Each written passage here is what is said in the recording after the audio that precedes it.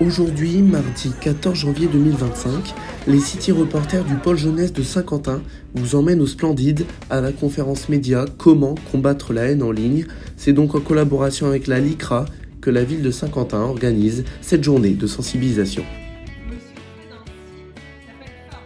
Alors le but de cette conférence, c'est comment combattre la haine en ligne. On est là pour apporter des réponses au public qui est venu nous voir aujourd'hui.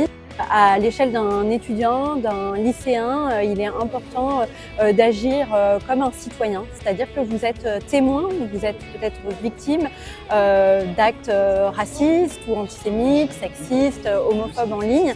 Vous pouvez signaler, vous pouvez contacter une association, vous pouvez contacter une personne de votre entourage ou des personnes de votre mairie. On l'a vu, il y a des médiateurs, des associations locales qui sont là pour répondre à vos questions. Vous pouvez aujourd'hui lutter contre la haine en ligne avec les moyens qui sont à votre disposition et c'est plutôt facile, il suffit d'en avoir envie.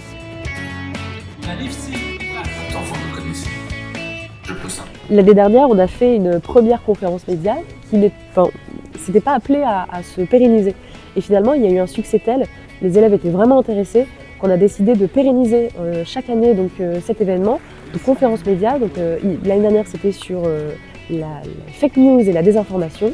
Cette année, c'est sur la haine en ligne. Et après, dans quelques mois, on va réfléchir sur une troisième édition. Et puis bien sûr, on invitera de nouveau les lycéens, les étudiants de Saint-Quentin à venir l'année prochaine pour débattre d'un sujet important.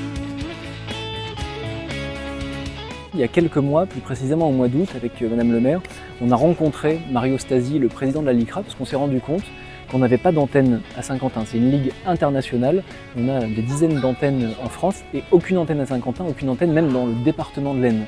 Donc c'est-à-dire qu'entre Lille, Amiens, Reims, Paris, il n'y avait rien au milieu, rien de central.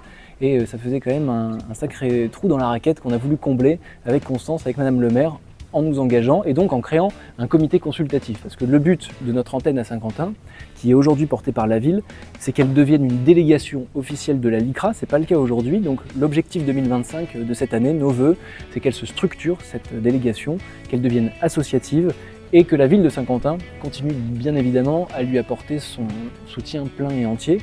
Aujourd'hui, cette délégation, on a voulu la composer de personnes issues de la société civile, de tout corps de métier, de tous âges, de toute nationalité, mais aussi de toute confession religieuse, puisqu'on a la chance d'avoir dans cette délégation le dialogue interreligieux, les représentants du culte, qui sont donc les responsables religieux et spirituels de la ville.